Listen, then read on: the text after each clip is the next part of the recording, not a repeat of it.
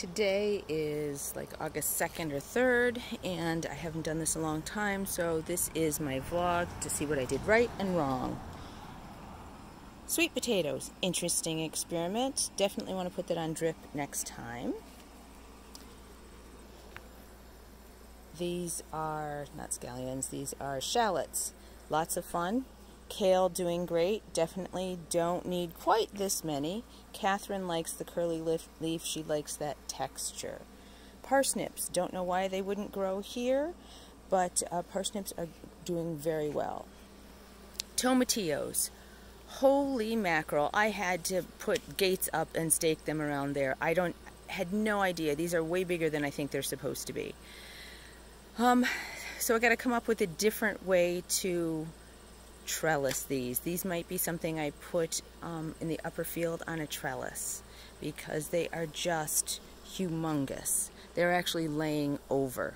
They are, even though this is 1.5 feet, 18 inches, but they're laying over. So they're way taller than 4 feet because they're 2 feet over my head and I'm 5'4". Cucumbers. Very yellow, so nutritional defect that I have to deal with. The okra. There are two poor little okra here. I just think that they're drowned out by the tomatillos. Found that I really like the okra and we'll have to do some more. Tomatoes. This is August. I just finished pruning the marigolds. This variety is way too tall. I actually ripped out and cut back a lot of these marigolds because they're overwhelming everything. Tomatoes reaching to the top of the trellis. They're breaking a lot of the strings, so we have to stake and do something different next year. I think for airflow, instead of putting beets and carrots in between, I'm not going to put anything in between so that I can just put straw down and create more airflow. Peas are finally dead. It's almost time to start planting. Usually I put in beans after the peas, but these took forever to die, so I'm going to rip these out and I might just put another round of peas in. Radishes have been very fun. These are very ready to be harvested. They're okay. Radishes aren't my favorite, so we'll try, but I tried something new. The purple peas from Cornell, the pod peas, enjoyed them very much. We'll definitely do them again, but next year we're going to do shelling peas and pod peas in separate areas for harvesting. Lemon cucumbers. This is the plant.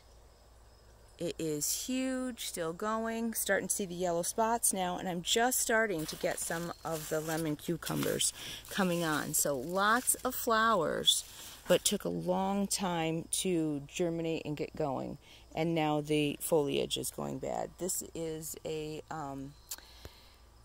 salt and pepper pickle plant, very productive. They hide, I have to remember that. This is straight 8. We're seeing some disease in this, doing very well.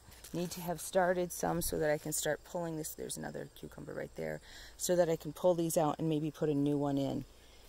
Peppers in pots. Definitely doing peppers in pots next year. These I actually planted later than I did the ones in the raised bed, and they are easily twice as big. Fruiting great. I don't know if they like the shade or the pot or the whatever, but definitely that's what I'm doing for peppers. I have found ground cherries everywhere. So we seeded some, we found some, and I like having them in that box. I'm hoping that harvesting will be very good. Cucamelons, very cute. There's one right there. Grew them for my daughter who's about to go to college, so hopefully she'll get to harvest some. This is the Kajari melon.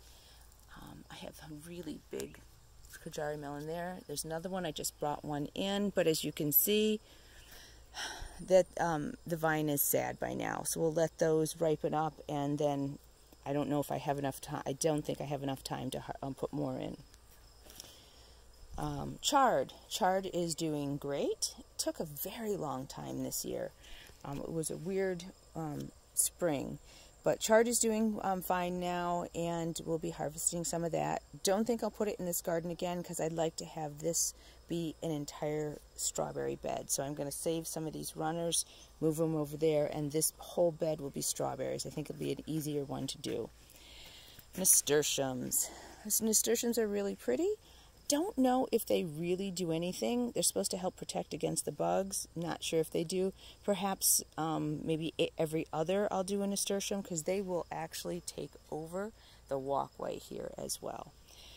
And there is he just left, striped cucumber beetle. These are more onions. Onions are loving the raised bed. They look phenomenal. Definitely will do some again. And my eggplant. Keeping the eggplant under the row cover really gave them that head start. We're seeing flea beetle damage and flea beetles. I'm spraying neem. Don't think it's working. Diatomaceous earth.